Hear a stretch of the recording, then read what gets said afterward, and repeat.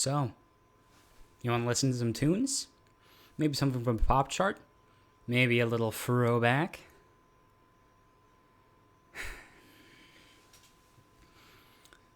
I have this nagging feeling I don't know what music is. Is it this high-class performance art, or is it something I enjoy in my free time? I don't know.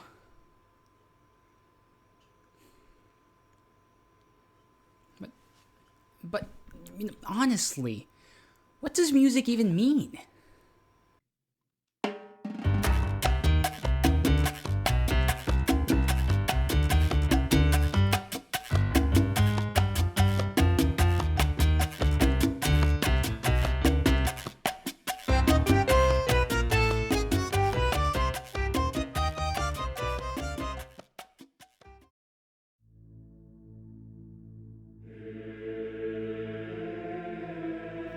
Music has a long and rich history.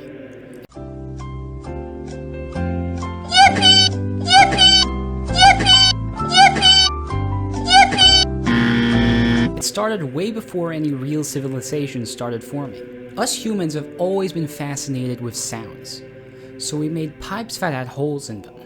Pressing down on these holes and blowing into the pipe would create a sound. Buddy, you're on camera. Hey, I don't think you realize you're on camera. We sang along with these musical instruments, and soon, it started to evolve. The music made before the introduction of Christianity was very mixed.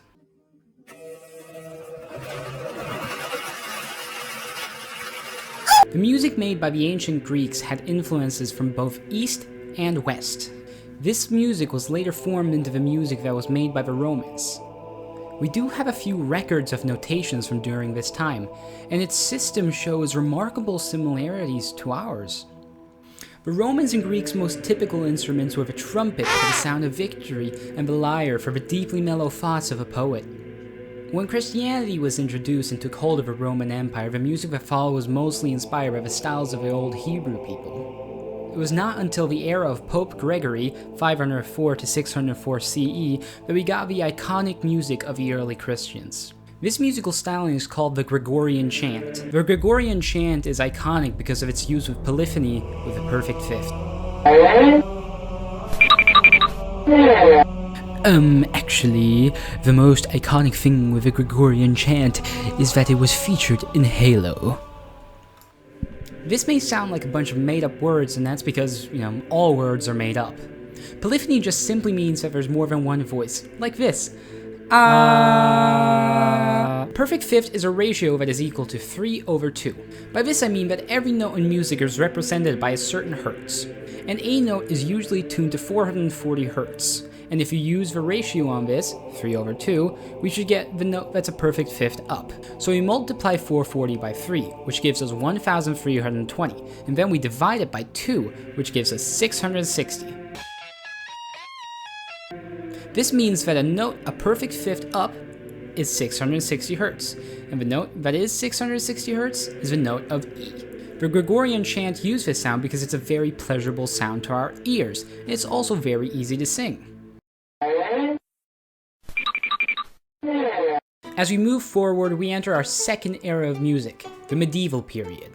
This period spans from around 500 CE, Common Era, to about the mid-1500s CE. Music during this time became more widely practiced, from kings to paupers, from priests to non-priests. It became a staple in taverns and pubs to have some sort of music.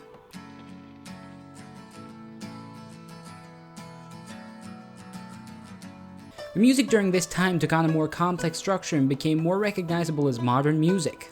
Thankfully, a huge chunk of the notation from this time has survived, meaning that we can compare the music much easier. The next era that we enter is the Renaissance. The Renaissance brought many changes with it. In late medieval times, troubadours had started appearing in taverns. These people traveled across countries, ranging from those in Asia all the way to Europe. These people sang a music that was a mix of all cultures, far and wide. This meant that Europeans were exposed to completely different musical stylings. These cultural changes are a large contributor to the musical stylings during this time. The other really important part of this is the introduction of instruments. In the eras before the Renaissance, music had mostly been vocal. But now, an interesting development happened. These new instruments led to a more unique timbre to the music. To explain, the timbre of an instrument is basically how it's different from other instruments. Other girls, makeup, cute hair, smile, bright colors. Me. Playing a certain note on a piano, it sounds a certain way, and when playing that same note on a guitar, it doesn't sound the same. That's because these instruments have different timbres. The timbre of an instrument is influenced by the shape, if it uses strings, or what types of strings, how do you play it, do you play it with a pick?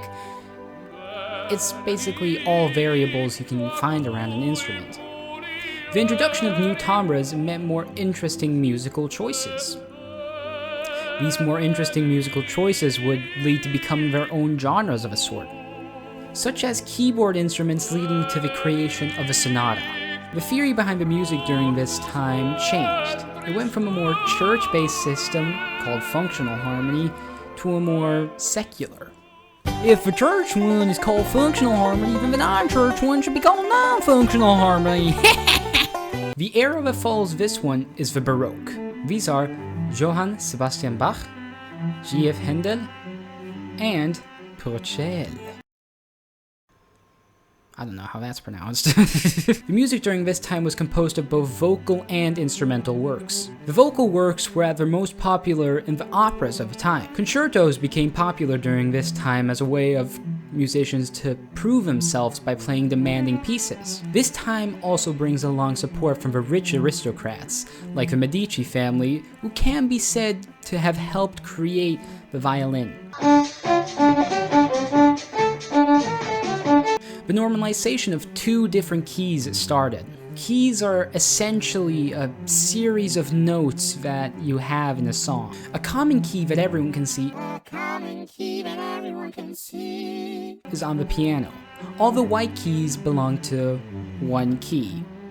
There's a separation between key, like the ones you press down, and key, the other thing. But, even though these are technically in the same key, they are separated by octaves. The keys start on the note C and go up to the note B. So, there was the normalization of two keys.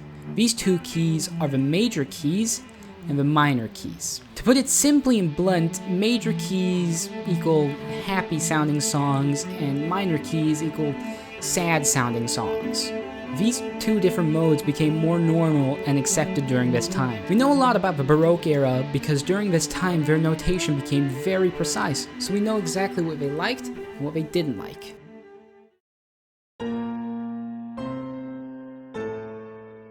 The next era we're looking at is the Classical period. This lasted from 1730 to 1820. During this time, more famous composers are being brought up, like Haydn and Mozart. During this time, the heart of cultural development was in Austrian Germany. These new composers had a new tool in their skill set: the piano. A primitive version of the piano had been developed, which replaced the old harpsichord. Haydn and Mozart wrote numerous pieces for the piano, cementing it in the cultural landscape. During this time, the string quartet also rose to prominence. The string quartet, explained simply, is instead of having a large orchestra, you have 4 people playing stringed instruments. Usually, these instruments are 2 violins, 1 viola, and 1 cello.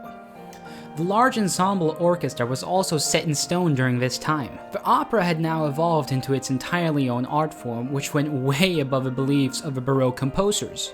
The idea of these untouchable and skilled musicians rose as musicians became important figures. Even while this was happening, musicians who didn't belong to churches or royal orchestras were just living off of commissions, which wasn't very good for them. The musicians who did belong to these institutes had to make music that was very bland and consumer-friendly at the time because they wouldn't want to offend anyone in their audience by allowing any experimentation. The true genius of people like Mozart wasn't really revealed until he started freelancing. The music that he made that was experimental, that changed the musical landscape, didn't even become popular until after his death. My favorite song of his is of course Leck mich im Arsch, which literally translates to Lick Me in the Arse. And it is also the song you have been listening to this time.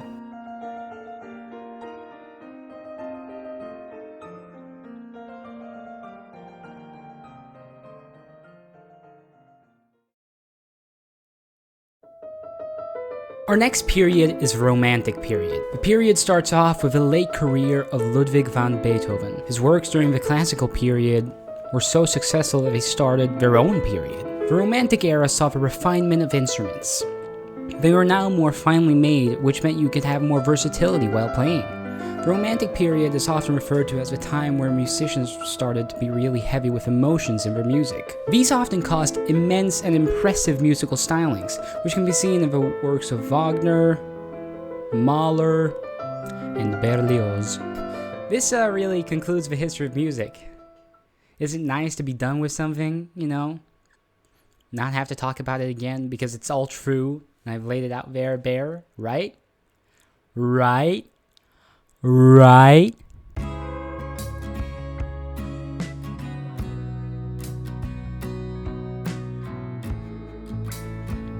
I've been lying to you. This isn't the history of music. This is the history of Eurocentric music, the classical music. But that's not all music is, because music has existed in so many cultures for so many years. Defining one template as the history of music is just wrong. There are so many influences from so many places that, you know, have their own history. Let's talk about culture. Music can be a hell of a lot of things. A quote from The Incredible Role of Music in World Culture says that music is a way for one to visualize life and instigate profound memories in a cultural context. Music is an intrinsic part of gatherings, festivals, and belief systems. Sound and rhythm patterns give a particular perspective into an individual's opinion for the culture, the subcultures, and the social issues of the time. Music has always been a reflection. Like a mirror, a reflection isn't always consistent between person to person. Actually, it's not consistent at all. By this, I mean two things. The first is that music during a certain era might have a certain styling, but that doesn't mean that all the musical pieces are like this, and that music has no true interpretation. We have these preconceived notions about music. Like I said, in the West we have two different keys, major and minor. These are often seen as happy and sad, but what makes a major melody happy and what makes a minor melody sad? Nothing. Only our imaginations. In Indian folk music, they do not have the same concept of keys like we do in the West, and yet they can have music that represents happiness and sadness.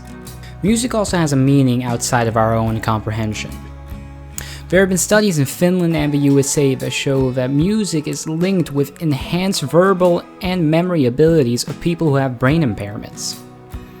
It's also been shown that people who do not have brain impairments who listen to music just are able to restructure their thoughts in ways that people who don't listen to music just don't.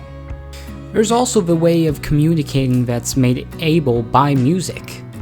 People aren't always able to, communicate their thoughts over speech, so sometimes they can do it over music. I mean this both in a way of not actually being able to communicate, like your brain has something against it, or your vocals, you can't talk, and being embarrassed. Music has a certain way of connecting to people and connecting people. This is shown from music's innate ability to help you understand culture. It can be really hard to get a grasp of a new culture that's foreign to you, but music can really help you with that. It can be really hard to grasp a new culture, understand the intricacies of it, but music can be a helping guide for this.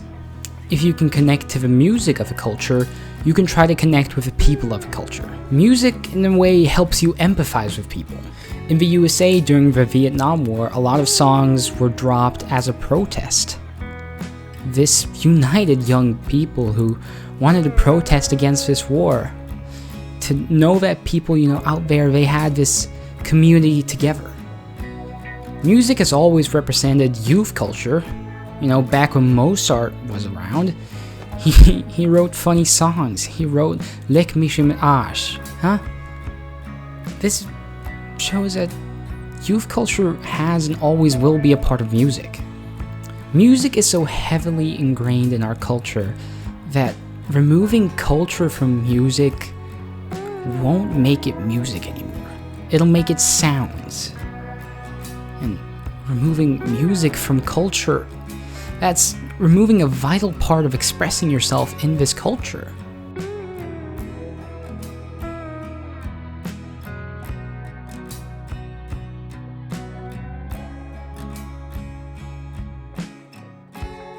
So, what does music mean? Music means culture, whatever culture that really is. Because music can be very varied. Music is, honestly, as I said before, a hell of a lot of things. But truly, music is what you make it. It's what you choose to listen to. It's what you choose to produce. It's what you want to do.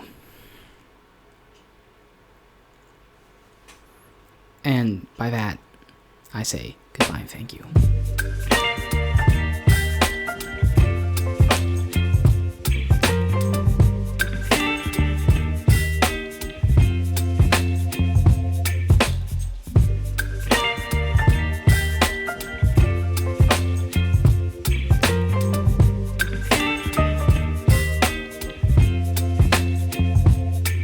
Baby, you give me ice and fire. You're giving me wind and rain. You're some kind of bird.